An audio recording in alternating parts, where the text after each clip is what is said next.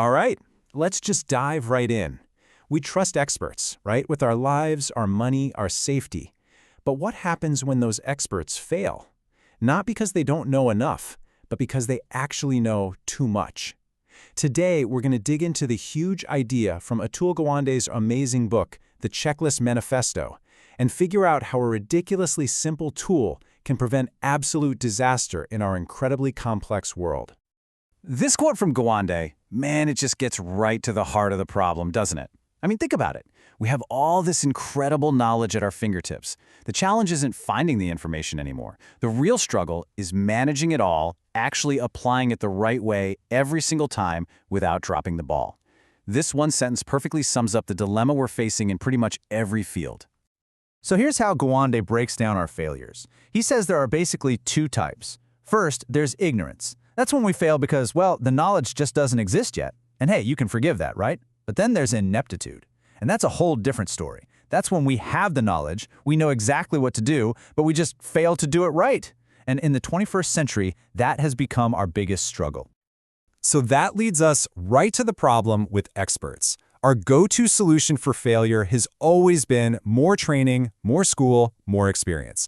But what happens when all that expertise just isn't enough? Let's look at a really high-stakes example where even the most well-trained people can make simple, totally avoidable mistakes. Okay, so picture this. You've got a guy in his 40s, healthy, in for a routine operation. The surgery is going perfectly smoothly. Everything is by the book. And then, out of nowhere, the cardiac monitor just goes silent. Flatline. His heart has stopped, and the entire medical team in that room is completely stunned. Just look at how fast this all went south. The monitor flatlines, and the team immediately jumps to the most logical conclusion, which turns out to be dead wrong. They assume it's a blood clot. They try everything, but after 15 minutes of chest compressions getting them nowhere, it looks hopeless. It wasn't until a senior doctor who'd been in the room earlier asks this one simple question you see here: did you do anything different?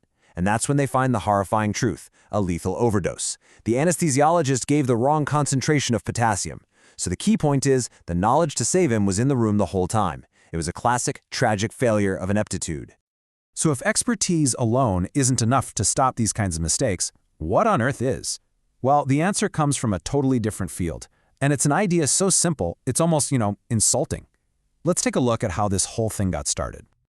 Okay, let's rewind. The year is 1935. The U.S. Army Air Corps is on the hunt for its next big long-range bomber.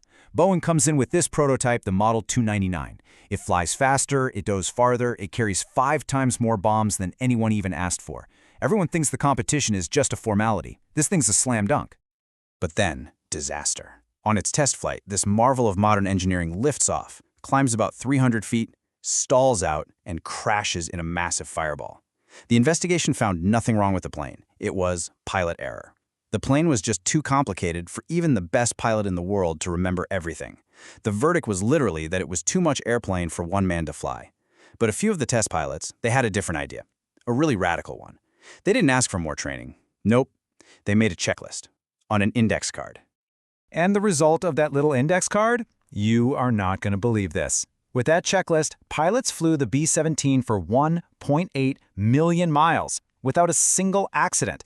The checklist didn't just save the plane, it turned it into one of the most decisive weapons of World War II. Okay, so a checklist works for a crazy complex airplane, fine. But what about something even crazier and more unpredictable, like medicine? Let's see what happened when this idea was put on trial in the chaos of an intensive care unit. So this doctor, Peter Pronovost, he was just horrified by how many people were dying from infections from central lines. The IVs they put into the big veins of ICU patients. So he created this checklist of 5 steps.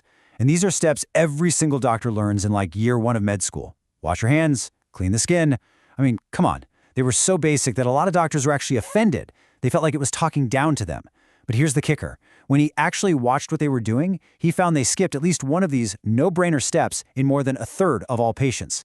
So he gets hospitals all across Michigan to try this simple little checklist. And the results? They were just wow. Almost immediate and absolutely mind-blowing. Within just 3 months, the central line infection rate across the entire state dropped by 66%. And it wasn't just about health outcomes. Think about the money. Preventing those infections saved a ton of cash. In just the first 18 months of this program, the hospital saved an estimated $175 million. But here's the number that really hits home, the one that actually matters. Forget the money, forget the infection rates for a second. In that same 18-month period, it's estimated that this humble 5-step checklist saved more than 1,500 lives. That's 1,500 people who got to go home to their families. And this wasn't just some fluke in Michigan. The World Health Organization tested a surgical safety checklist in 8 totally different hospitals all around the globe. We're talking from rural Tanzania to downtown London. And the results were exactly the same. You can see it right here in the chart. Major complications after surgery plunged from 11% all the way down to 7%. That's a drop of more than a third. The proof was undeniable. So this is bigger than just medicine or aviation, right?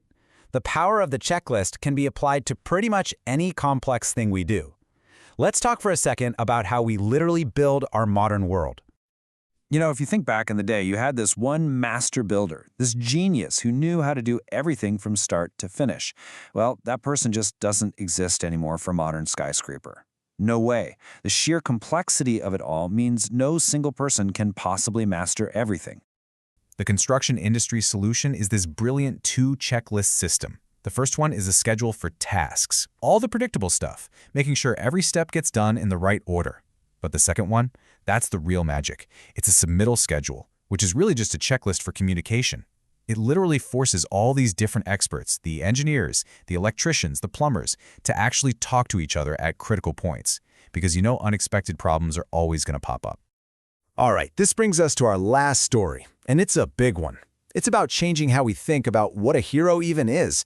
We all remember the miracle on the Hudson, but the real miracle, the real story, it's probably not what you think. So let's just ask the question. When you think about U.S. Airways Flight 1549, who was the real hero? Was it just one man? We all have this image of Captain Sully Sullenberger, right? The lone wolf pilot who saved the day. But that's not the real story. Not even close. It started before they even took off, when he and his first officer, Jeff Skiles, ran through their checklists and turned themselves from 2 strangers into a team. When both engines failed, it wasn't panic, it was procedure. Sully, the more experienced pilot, took the controls to fly the plane. Skiles immediately grabbed the checklist for engine failure. It's the system working in perfect harmony. And don't forget the flight attendants. They executed their own protocols perfectly and got all 155 people out of there in just 3 minutes. Incredible. It wasn't one hero, it was a heroic team. This quote really just nails the problem we have with this whole idea. We love the myth of the cowboy, the genius who improvises and breaks all the rules. But in a world this complex, maybe true heroism is found in discipline, in teamwork, and, yeah, in the humility to use a simple tool that makes everybody better. Maybe our whole idea of what a hero is needs an update. And that's really what this all comes down to, for you and for me. It's easy to hear these stories about surgeons and pilots and think, oh, that's for them. But just take a second. What's that one complex, high-stakes, error-prone thing in your life, at your job, or even just a project at home that could be made just a little bit safer, a little smarter, or more consistent with the simple, humble, and incredibly powerful discipline of a checklist?